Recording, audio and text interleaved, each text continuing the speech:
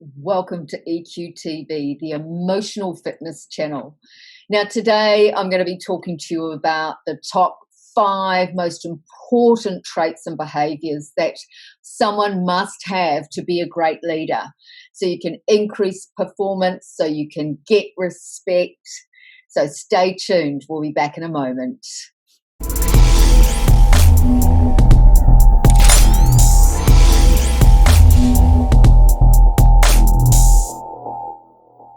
Welcome back. I'm Marianne Cusell, emotional fitness coach and performance strategist.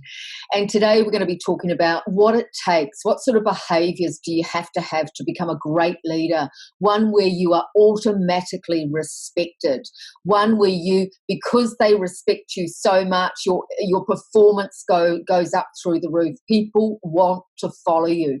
People want to work for you. So the first thing that everyone must consider is life is a reflection. And so if you're up in your little perch and you're the CEO or you're the senior level manager and you never ever show yourself and come down and interact and be a real person with your people, then you will not have the respect that you think you have, I can assure you. So the number one trait and behavior is to value your people. So what sort of behavior do you have to have on a daily basis to value your people? You actually need to recognize them. You need to actually stop, have a conversation, listen to them. I know so many leaders that just basically go up the back door and hide in their office all day and preach demands from their perch. And I can promise you this, respect is not had, I can guarantee you that. Or other leaders might shield themselves from ridicule, or they're actually afraid of what their people actually think of them and the company. So here's the golden nugget in that. The more you value others, the more they will value you. It is simple as that. Another great inquiry that you can do with people is actually sit down and create a 100% feedback, so that you're getting feedback about what's going on in the market. What if they were director for a day, what would they do differently, what would they change, and make it anonymous.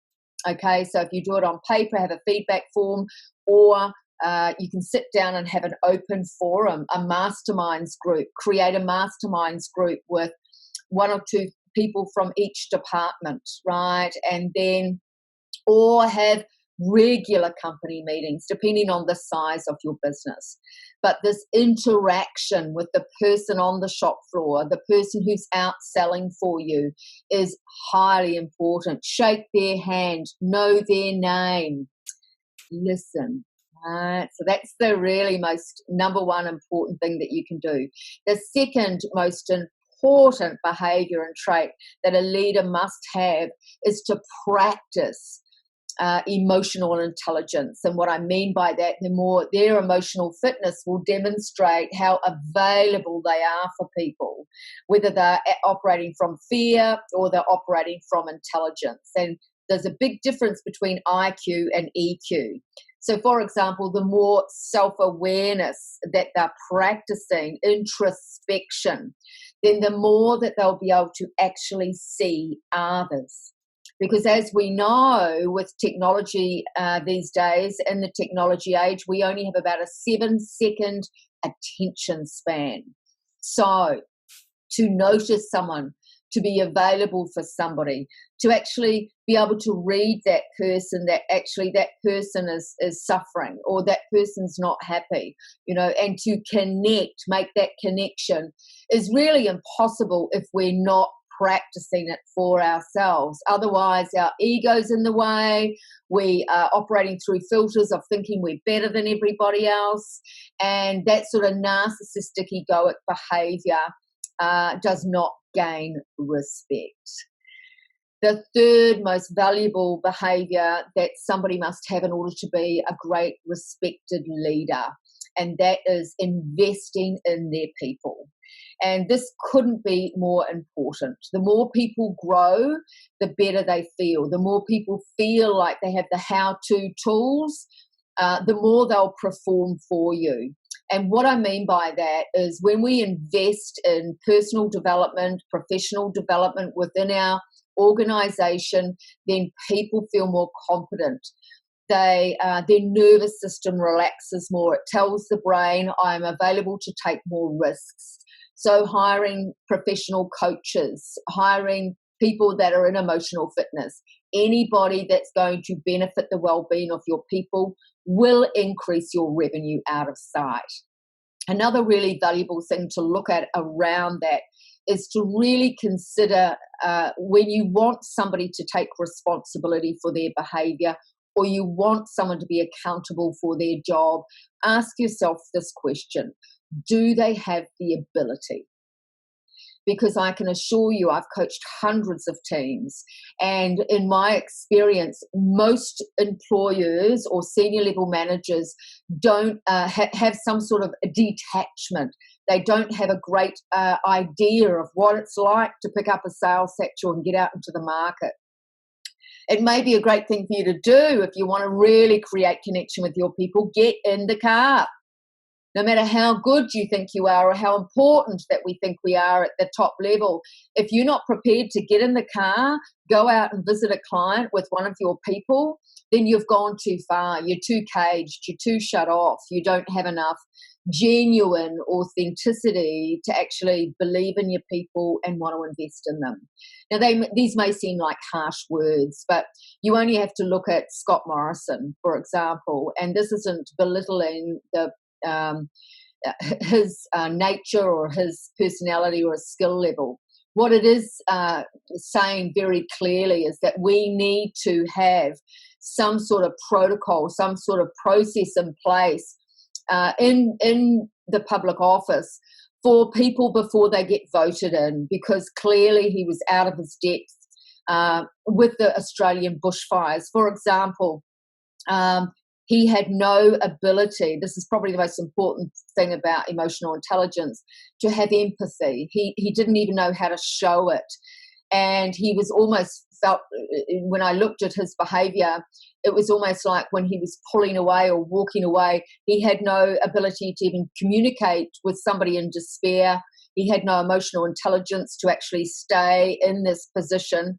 And clearly nobody's invested in him to actually have the ability to respond, which is teaching people skills and capabilities, how they're supposed to perform in any given situation. So I certainly don't blame him for his inadequacies. It is something that none of us were taught growing up. Very few people I've ever met, actually I've never met any, that have come from highly emotionally intelligent parents. And so it's very, very important to invest in your people, because it's well known with the Gallup report that I think it was only last year, the Gallup report showed only 13% of people worldwide are actually invested in their job. They actually love what they do. They bounce out of bed every day and can't wait to get to work. Everybody else is suffering from anxiety and depression. As far as the Business Insider, it shows that it's costing Australia $13 billion a year in absenteeism, sickness leave, staff turnover, all of these things. So it's very, very important to invest in your people. The more you invest and the more value you show people, the more value they're going to give you. And lastly, the most number one, the fifth one I want to share with you is why Scott Morrison has no respect, and using him again as an example, because you'll be able to relate to this very, very much, and that is presence. If a leader doesn't have presence, and the only way that they can have presence is if they have a high EQ, because they have a lot of self-awareness, they know how to regulate their emotion, calm their nervous system down. They have vision, and they operate through their value system. They don't have a filter of an agenda. They don't sneak around and pretend. People can feel authentic people. And if you can teach your people how to be authentic, my goodness, you've got yourself a fantastic way to increase performance and, of course, your revenue. For example, if Scott Morris, I'm going to use him again, if he came forward and said, I've never felt so inadequate in my life, I feel terrible about these people, I wish I had the tools and techniques to actually help people more, and I take full responsibility for that I was, never in a position where I had enough awareness to actually go out and learn how to actually relate to people. Then I've got a little bit more respect, but because he scurried off, he had hidden agendas, it was all about him, he operated through this filter of lack of compassion and care and all the self-importance that he was going through, people saw right through it, right? And that can be said for other leaders around the world too, and I'm sure I don't have to emphasize who that is. So how do we learn presence? The art of presence comes through attention training and practicing all this really valuable self-awareness. When we bring attention to our intention, when we have the awareness to have thoughtful behavior towards others, then we are a person of great leadership and respect. So I hope that's been helpful for you. Once again, this has nothing to do with Scott Morrison and his behaviour because he was voted in. And but I think it would be really valuable in Parliament to have a system where they have to go through an emotional intelligence test before they're put loose on the public, maybe.